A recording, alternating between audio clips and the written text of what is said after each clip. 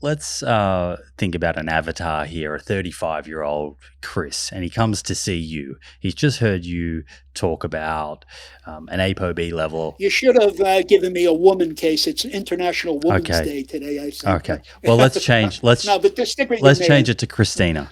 So, Okay. Christina, and perhaps there are some women who go by Chris as well. So, but I did say he. So let's change it to she.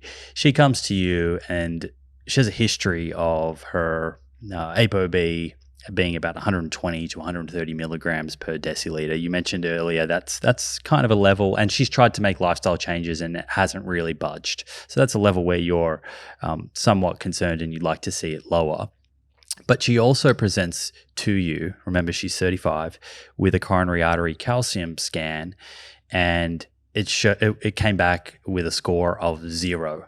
And so she says to you, well, doesn't this scan prove to you that despite the high level of LDL cholesterol or ApoB, it doesn't seem to be sort of negatively affecting me? And I would say yes. If all I was worried about you is for the next 10 years, I have very little worries that you're ever going to wind up in a CCU or a bypass unit or so. But Christina, you seem like a very nice woman. I know you got two little kids, so you want to one day be a great grandma too. So you want to be 80 and 90 years old. So at a certain point, we're certainly going to have to worry about your ApoB level, despite the fact that at your mid 30 age, you don't have any coronary atherosclerosis. So, two things I would look at, Christina, before even mentioning that I want to use drugs or I don't want to use drugs. What is your LP little a? If that's high, she's going on a drug in my clinic, that's for sure, an ApoB lowering drug. But I'd want to know other things about her. In women, the pregnancy history is crucial. Has she had, how many children does she have? At what age did your children come along? Uh, were there any complications during the pregnancy, preeclampsia, hypertension of pregnancy, things like that, diabetes?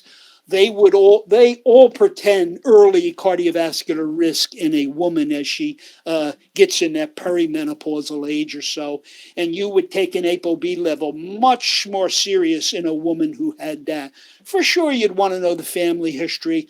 I'd want to know early in life, was PCOS ever a problem? Polycystic ovarian syndrome, because that predisposes them to significant risk. So we should have stuck with your male evaluation. They're a lot easier to evaluate. There's so much more to know about a woman when you really want to zero in on a most accurate cardiovascular risk assessment. So let's assume she had none of those above. If she had children, I'd want to know, did she lactate, by the way? That offers cardioprotection as time goes on. Then if, no, I never breastfed the kids, that would predispose her to more cardiovascular risk also. So you have all those things you'd want to actually document. Miscarriages, what was the size of the baby when they're born? Were they really big kids or normal weight kids? All imply cardiovascular risk down the road a little bit. So, again, if she had none of those and a negative coronary calcium, the next thing I would ask her is, are you and your husband planning on having any more children? Because if she says yes, when? Soon? You're 35. You're not going to wait till you're 50 to have them. Yeah, you might not want to get into lipid drug management if the with a negative coronary calcium and the lipid levels weren't severely malignant or so. So I might give her, fine, we're going to watch you closely. Go have more kids if you want to. And when you come back and tell me that I'm done with kids, and I'll either accept birth control pill or have my tubes tied, or hubby's got his tied off, then we would start to consider, when do we really start ApoB lowering drug in you. And to be honest with you, if her ApoB is up in that 60th percentile range, sooner rather than later, if I can not worry she wants to have any more children down the road. So, but the bottom line is individualize, individualize, individualize. Every human is different. What I might suggest to her would have no application to the next woman that walks in. Why is it that if she was planning to have more children, you wouldn't start lipid lowering therapy? Is it that they can affect the development of the fetus? In part, yeah. Look, if you're going to go through a pregnancy nowadays, it's best not to be on any non necessary drugs. So she's going to be pregnant for 9 months. She doesn't have a super malignant ApoB level that's going to kill her in 9 months. She doesn't have existing coronary disease, so she might actually have a heart attack during her pregnancy. So, why would you want to mess with drugs?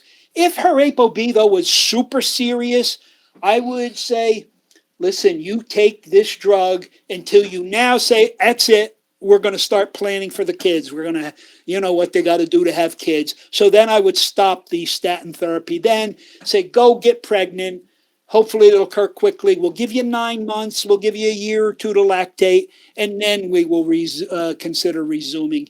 Now, if she really had, say, familial hypercholesterolemia, disastrous lipids, statins are now approved for the later stages of pregnancy to use in very high risk women.